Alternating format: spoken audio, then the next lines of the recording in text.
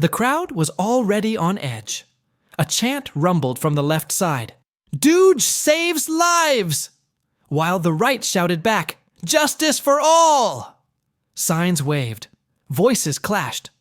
The energy was combustible. Leela Hayes stepped forward, sharp as ever, gold suit blazing under the lights. Her voice cut through the chaos with authority. "Tonight," she said, "we bring two forces face to face. On one side, a man who claims he's saved America trillions. On the other, a woman who says he's destroyed lives to do it. This isn't a discussion. It's a reckoning." She didn't wait for the cheers to settle. "Elon Musk," she announced.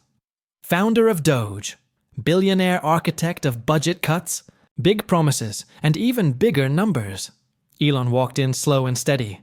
Black suit, brown hair tousled, hands in his pockets like the stage belonged to him. He didn't smile. He didn't need to. His calm was the statement. A roar came from his supporters, mixed with a wall of boos. He reached his seat and sat without a word. He looked out at the crowd, then into the camera, and finally at Leela. "I'm not here to entertain," Elon said. "I'm here to dismantle delusions. DOGE is not a fantasy. It's a fix. And yes, I've got numbers to prove it." There was a surge of claps from his side. The opposition didn't flinch. They were waiting. Leela turned to the other end of the stage, voice cutting again through the air. And now, her entrance needs no introduction. The firebrand, the critic, the congresswoman calling DOGE a disaster in disguise, Jasmine Crockett. And Jasmine came in like a storm, red suit like a warning, hair loose. She didn't wave. She didn't nod. She marched to her podium and gripped it like she'd come to rip it off the ground. "I'm not here to play games," she said. "I'm here to tell the people what they already know. DOGE is a cover-up. And this man right here, he's the cover artist." The crowd broke. One half cheering, the other jeering. A few voices shouted, "Go off, Jasmine!" While someone near the front screamed, "Elon's got receipts!" Jasmine's eyes never left him. "You want to talk about numbers, Elon?" she said.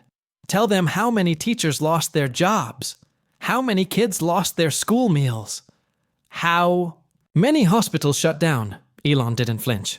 "I will," he said, "right after I tell them how many private jobs we created, how much waste we eliminated, how much faster this country moves when we stop paying for failure." Leela raised a hand. "Let's hold. Round one starts in a moment. For now, the lines have been drawn." The audience didn't settle. Some were already streaming live reactions.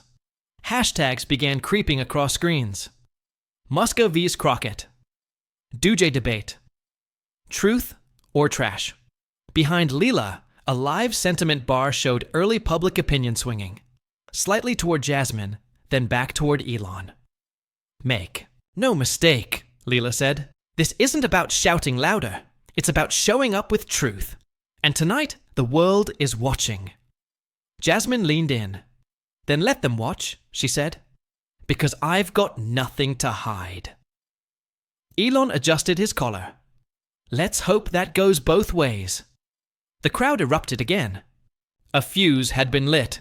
Leela didn't wait. "We begin in 60 seconds, she said. "Buckle up." The timer appeared behind them, and so began the battle. The timer hit 0. The crowd went silent, not because they were calm, but because anticipation had reached its peak. All eyes were locked on the stage. Elon sat still, legs crossed, hands folded on the table. Jasmine stood tall, her fingers curled tightly around the edge of her podium. It wasn't just tension, it was collision. Leela didn't need to say anything. Elon leaned forward slightly, and that was all it took. He began, not with aggression, but with precision. DOGE, he explained, had cut $1.8 trillion in waste. Not guesses. Verified overspending. 400 million saved from federal ads nobody watched. 300 million from outdated programs long abandoned by modern science. He named agencies. He referenced figures. And he did it without raising his voice. His calm hit harder than a shout. He called it cleaning the national closet. His supporters roared. Someone from the crowd yelled, "Cut more, Elon!" He didn't acknowledge them. He didn't have to. Jasmine didn't wait for Leela to cue her. She stepped forward and answered with fire. "You call it cleaning," she said. "I call it destruction." Her words cut deeper than numbers. She didn't hold up spreadsheets. She held up stories. Teachers in Texas, nurses in Detroit, a mother she met in Dallas, 20 years at a public school, now unemployed. Jasmine didn't read from a script. She spoke like someone who'd been waiting too long to finally be heard. The applause from her side surged. Even a few from Elon's side listened more closely now. Leela interjected, asking Elon how he responded to the accusation that DOGE hurt everyday people. He didn't blink. He admitted it plainly. Yes, 30% of the Department of Education's budget was cut, but because 70% of its programs weren't delivering measurable results. They didn't fire teachers, he insisted. They redirected the money. 600,000 new private sector jobs, he repeated, and counting. The crowd buzzed. Some nodded. Others scowled. Jasmine countered immediately. "You redirected," she said, "from classrooms to corporations, from teachers to tech." She told the story of a rural district where kids no longer had school buses because of funding cuts, of nurses laid off as small-town hospitals closed down. "You call that efficiency," she said. "I call it abandonment." The battle wasn't just between them now. It had spilled into the audience. Shouts rang from both sides. People stood. Up waved signs. The debate was no longer on stage. It was everywhere. X lit up in real time. Memes appeared within seconds. Jasmine with a flame emoji crown. Elon with a caption that read, "Efficiency over emotion." Hashtags exploded. "Shoot DOGE debate." "Shoot Crockett claps back." June Elon explains. Leela tried to restore order, but both sides were fully in it now. Elon leaned in, lowering his voice, but sharpening his words. "We didn't cut support," he said. "We cut failures. We invested in winners. You're emotional, Jasmine. I'm effective." That line landed like a bomb. Jasmine didn't flinch. Her voice rose, but it didn't shake. "You're proud of 600,000 new jobs?" she snapped. "Tell that to the 2 million teachers left scrambling, to the 3 million kids who lost free meals. Tell them DOGE made their lives better." He smiled faintly, the kind of smirk that came just before another statistic. 2 million kids, he replied, are now supported by private organizations with better success rates than the old federal programs. We didn't delete help, we replaced it. Jasmine stepped forward, pointing straight at him. "With your buddies as startups, with contracts handed to companies you're invested in, you moved funds from the people to your own pockets." A wave of gasps rolled across the studio. Elon sat back, folded his arms. "SpaceX," he said, "created 12,000 jobs last year with the same federal contracts you're slandering. That's 12,000 families with income, not handouts." The tension was unbearable now. Both sides of the crowd were standing. Some were shouting back and forth. Others just watched, wide-eyed, not knowing who to believe anymore. Leela raised her voice to speak, but neither of them stopped. Jasmine slammed her hand on the podium. "You didn't just move money. You erased public trust. You're building a system where if you're not profitable, you're invisible." Elon's reply was cold. "I'm building a system where outcomes matter, where data decides, where taxpayer money goes to what works, not what feels right." The audience had no idea where to look. Jasmine's passion was raw and real, undeniable. Elon's delivery was cold but solid, calculated, clean. Two completely different weapons, both hitting hard. By the time Leela finally called for a break, the studio felt like a battlefield. Sweat, breath, rage. Applause that never really faded. A crowd that hadn't stopped moving in 15 minutes. And on the screen behind them, the live poll numbers shifted. Elon was pulling ahead. Barely. But noticeably, and Jasmine saw it, that's when the fire in her eyes turned into something else. Defiance. She wasn't done. Not even close. But something in the air had changed. The data had landed. The fury had been heard. And round one was over. The break was short, but it didn't calm anyone. If anything, the room returned more volatile than before. Audience members whispered, pointed, pulled out their phones again. On X, reaction posts had turned into full-blown threads. Clips of Jasmine's fiery accusations were going viral, but so were Musk's stoic replies. The narrative was splitting.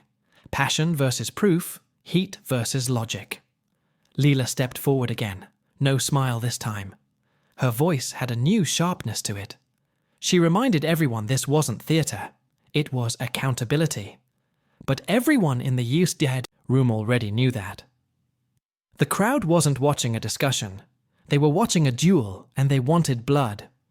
Jasmine didn't wait to be prompted. She jumped back in with a voice louder, firmer, more focused than before. She wasn't making general accusations anymore. Now she was naming numbers. 800 million cut from social programs, 1.2 billion stripped from healthcare. She painted a brutal picture of what that meant. Not just in dollars, but in lives. Rural hospitals closed, kids going without meals, families slipping through the cracks. She spoke not like a politician, but like a witness. She didn't blink. She didn't breathe between lines. Every word was a punch.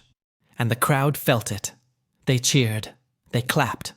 Some stood up mid-sentence. Jasmine was on fire, and she knew it. Her voice shook not from fear, but from fury. Her hands moved with every line. Her gaze burned straight through Musk. She wasn't. Responding to him, she was attacking. Then she said it. She pointed out how much money had gone into SpaceX, Tesla, and other Musk-linked ventures. She didn't call it smart business. She called it redirection, away from the people, into private. Pockets. She accused him of using DOGE as a cover to shift taxpayer money to his empire. The audience broke. Cries of, "That's right," rang from her side. Even some of Musk's supporters fell silent. But Elon didn't waver. He sat forward, calmly, and delivered his counter with the kind of measured control that only made his words feel colder. He acknowledged the redirection. Yes, funds were moved. Yes, certain programs were closed. But he reminded everyone why. 20% effectiveness, he said, is a failure rate we shouldn't fund. He rattled off statistics again. 12,000 jobs from SpaceX. 2 million citizens moved from public to private healthcare. Hundreds of thousands of students in new, privately supported educational systems. Then came the twist. He mentioned the email. He said Jasmine had been invited to a private DOGE briefing 3 weeks ago, an internal session with access to all performance data. Her name was on the list. Her office received the invite. But she declined. That statement dropped like a hammer. For a split second, Jasmine didn't move. The crowd went quiet. Even Leela raised an eyebrow. Elon didn't push it further. He just let it hang. Jasmine's response came fast, but sharp. She called it a lie, a fabrication, said she'd never seen the email, said no one on her team received such an invite. Her voice was defiant, but something in the room had shifted. The tension was no longer one-sided. Leela asked for clarification. Elon didn't miss a beat. Time-stamped, he said. Sent to her office, 10 a.m. last Tuesday. Confirmed received. The gasps returned. Jasmine's supporters started murmuring. She turned to the crowd, arms raised. "Don't let him distract you," she shouted. "He wants to talk about emails because..." He can't handle the truth. She went back into the stories, trying to regain the rhythm. The single mom in Dallas, the kid without meals, the nurse who packed up her home. But the momentum was wobbling. Her fury still burned, but the room wasn't entirely with her anymore. Someone near the back whispered, "Why would she skip that meeting?" A tweet exploded across X. Musk shows receipts. Jasmine shows rage. Leela tried to move forward, but the story had already taken a turn. The debate wasn't just about DOGE now. It was about credibility. Jasmine pushed harder. She shouted that Elon was manipulating numbers, that behind every stat was a crushed life, that real Americans weren't graphs, they were people. The crowd roared again, but this time it was uneven. Elon, still seated, nodded slowly. He didn't raise his voice. He didn't move his hands. He just looked at her and said, "Emotion doesn't override facts." Another blow. Quiet. Cold. But it hit. Jasmine's hands trembled slightly now. Her voice cracked, not from weakness, but from exhaustion. She threw one final accusation, loud enough to rattle the walls. "You cut lives to fund your empire. You don't care who suffers, as long as your numbers look clean." But the moment had passed. Musk looked at Leela and said only, "We saved 2 trillion. That's not a theory. It's a record." The audience clapped, not all, but louder than before. Jasmine stood still. Her fire hadn't gone out, but it had met something colder than she expected. It wasn't a knockout, but it was the first deep crack, and the world felt it. The silence didn't last long. It never does in moments like these. Within minutes of Musk mentioning the email, X was flooded with reactions.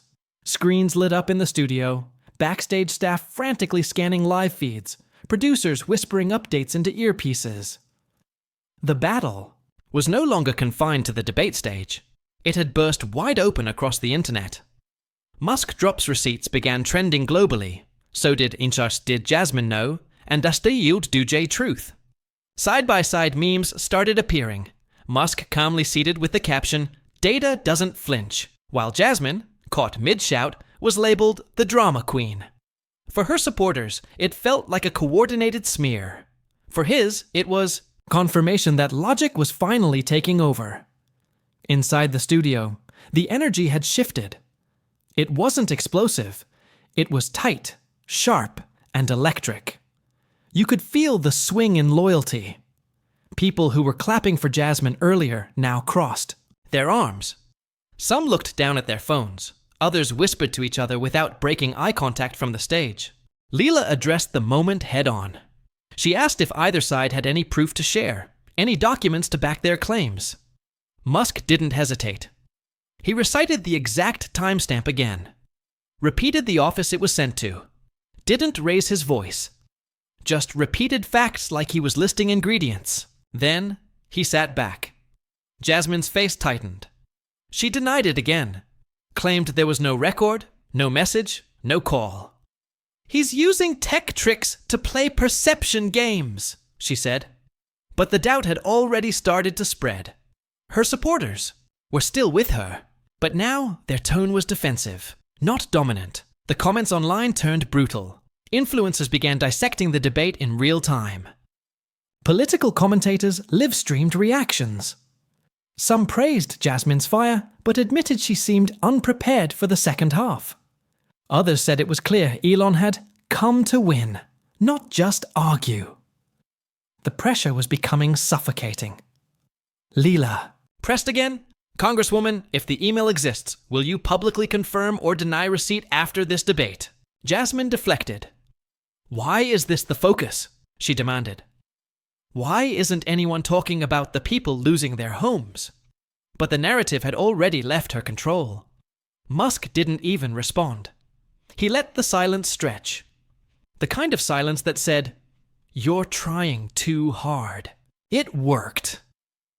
Audience sentiment continued to slide. The live poll behind them updated in real time. Elon had pulled ahead. 54%. Jasmine had dipped below 45%. The rest were now undecided. Somewhere in the second row, a woman with a Crockett for Justice sign quietly lowered it to her lap. Then came the leak. An anonymous political account posted what they claimed was a screenshot of the email. Time-stamped. From the DOGE Coordination Office. Addressed to Jasmine's congressional inbox. Captioned, "Here's the invite. She saw it. She bailed." That post alone hit over 40,000 likes in 20 minutes. Jasmine's team backstage scrambled to verify it. Her assistant was seen rushing back and forth behind the curtains. The host's crew whispered nervously. There was no confirmation, no denial, just the screen flashing behind them, the emails making rounds, and public perception spinning faster than she could catch. Still, she didn't back down. She pivoted, brought up housing, brought up $1 billion, cut to social aid, homeless numbers rising, families displaced. Her voice cracked again, but this time not from passion, from desperation. This is what happens, she said, when billionaires rewrite the rules. But the crowd wasn't reacting the same way anymore. Some of them had heard it already. The email, the redirection, the jobs, the numbers. They weren't moved by emotion the way they were 20 minutes ago. The facts had taken root, and Jasmine was now swimming upstream. Online, it got worse. Mick Dropgate started trending. Clips from earlier segments resurfaced.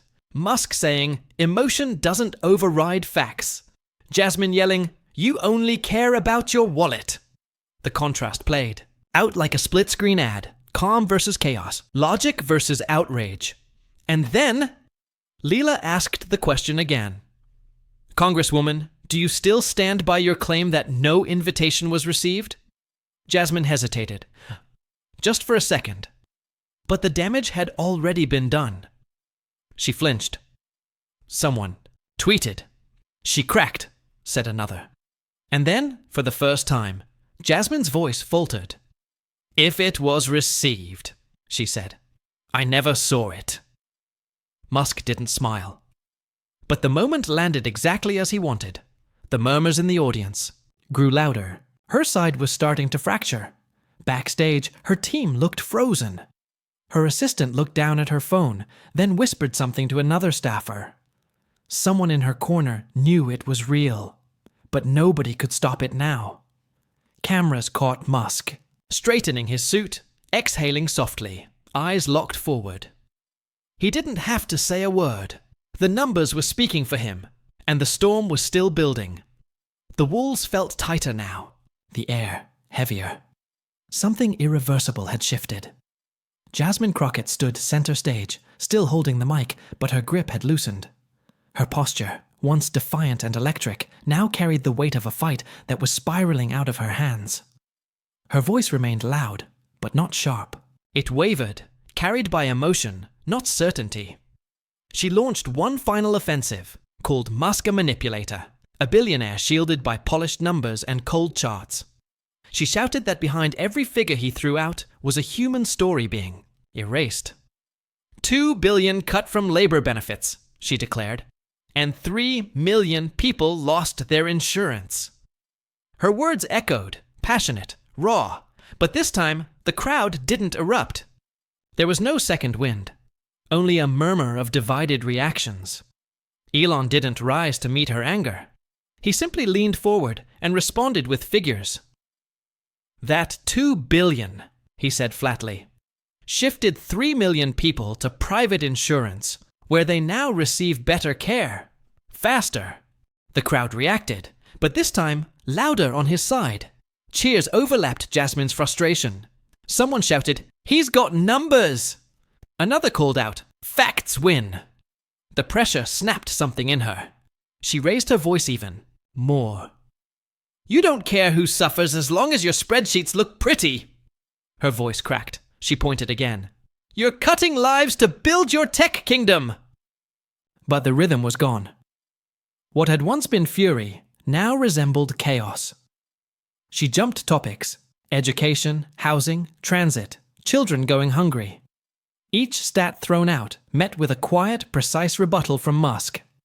"That 1 billion, he said, funded 500,000 private homes. Those transit cuts built the electric fleet used by 2 million people daily. It didn't matter if he was spinning or not. It sounded finished, final, controlled." Jasmine's responses were fiery, but increasingly scattered. Then it happened. Leela asked her one last time, directly, clearly, calmly, if she still denied ever receiving the DOGE invitation email. The words lingered, and for a moment it looked like Jasmine was going to ignore it altogether. But the question had landed like a final jab, and the audience was listening. She closed her eyes briefly. When she opened them, her voice was lower. "If it came," she said, "I never saw it. I don't remember it." There was a small tremble in the words, just enough to be noticed, enough to seal the moment. The crowd's reaction wasn't immediate. It simmered, like a slow, collective exhale, like the realization that the turning point had finally arrived. Jasmine's supporters began to fall quiet. Elon's supporters, meanwhile, grew louder, stronger. Their chants weren't just defense anymore. They were victory chants. Jasmine tried again. Tried to regain ground by telling the story of a Texas teacher living out of her car. Tried to cry out that data doesn't comfort a child who's lost his free school meals. But it didn't land the same way. The fight had drained. Not because she didn't believe it, but because the room had stopped hearing it. She looked at the crowd, then at Leela, then at Elon, and then she did what no one expected. She slammed the mic onto the desk. The sound cracked through the studio. Like thunder. People gasped. Elon didn't flinch. Leela didn't speak. Jasmine turned sharply and stormed off stage, red suit whipping behind her like a flag of surrender. Her supporters stood frozen, some looking down, others slowly lowering their signs.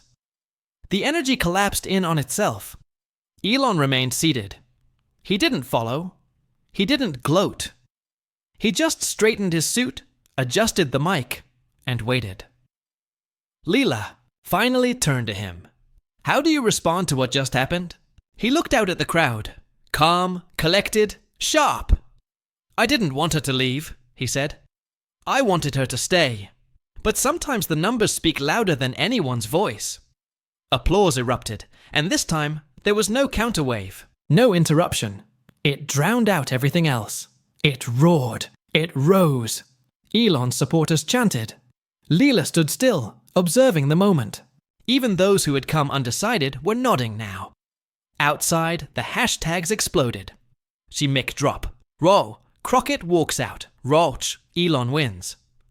Numbers don't shout. Musk's last quote was clipped and shared within minutes. Numbers speak louder. It was on X, on Ceph, Reddit, on YouTube Shorts, everywhere. And Jasmine, she was gone.